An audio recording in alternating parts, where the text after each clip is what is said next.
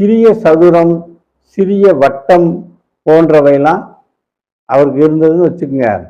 அதுலேயும் குறிப்பாக இந்த சிறிய சதுரம், சிறிய வட்டம்லாம் சனி மேட்லையோ விதி ரேகையிலையோ அமைஞ்சு போச்சுன்னா அவருக்கு ஏதோ ஒரு விபத்து நடக்க போகுது, இல்லை ஒரு ஆபத்து இருக்கு அப்படின்னு அர்த்தம். ஸ்வஸ்திக்குன்னு ஒரு அடையாளம் பார்த்துருப்பீங்க, இசட் மாதிரி இருக்கும். 2 இசட்டை ஒன்றுக்கு ஒன்று பின்னின மாதிரி. ஒரு இசட்டு படுக்க வசத்தில் இருக்கும், இன்னொரு இசட்டு நிலையா நிற்கிற மாதிரி இருக்கும். இந்த 2ஐயும் சேர்க்கும்போது ஸ்வஸ்திக் அடையாளம்னு சொல்லுவாங்க, ஒரு சக்கர அடையாளம். அந்த ஸ்வஸ்திக் அடையாளம் ஒருத்தருக்கு இருந்துச்சுன்னா அவர் பெரிய தர்ம சிந்தனை உள்ள ஆளா இருப்பார், குண விசேஷங்களையும் பெற்றிருப்பார். சில பேருக்கு இந்த சிவலிங்கம் அல்லது இந்த ஈட்டி, இந்த ஏணி, இது மாதிரி அடையாளங்கள் இருக்கும் கையில. அப்படி இருந்துச்சுன்னா அவங்கெல்லாம் வந்து ஒரு சிவ தொண்டர்களா இருப்பாங்க, அரசா இருப்பாங்க, பிரபுக்களா இருந்து படிப்படியாக முன்னேற்றம் அடையக்கூடியவங்கள, வசதியான ஆளா இருப்பாங்க, அரசர் வரைக்கும் லிஃப்ட் ஆவாங்க. அதான் அந்த அந்த 3 அடையாளங்கள் அவர் கையில் இருந்துச்சுன்னா அவருக்கு ஏற்படக்கூடிய பலன்.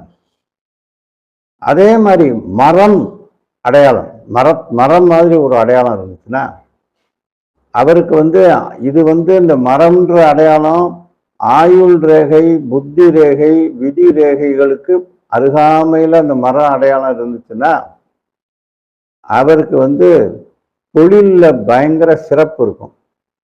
கோவில் அடையாளம் இருந்துச்சுன்னு வச்சுக்கோங்க, அவர் படிப்புல ஆர்வமும் கலைகளில் தேர்ச்சியும் பெற்றிருப்பார்.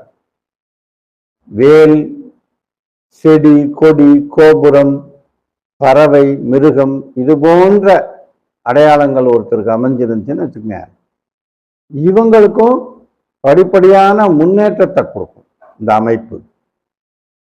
சாலமன் ரேகைன்னு ஒன்று இருக்கு, அது வந்து இந்த குரு வளையம்னு சொல்லுவாங்க.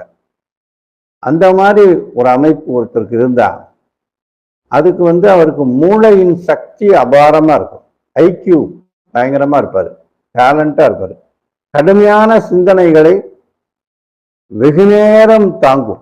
அதாவது ரொம்ப சில பேருக்கு ரொம்ப சிந்திச்சா டென்ஷன் ஆகி போவாங்க, அப்படிலாம் இல்லை. இவர் எவ்வளவு பெரிய ஒரு விஷயத்தையும் நல்லா தீர ஆலோசிச்சு ரொம்ப டேலண்டா வெளிப்படுத்திடுவார்.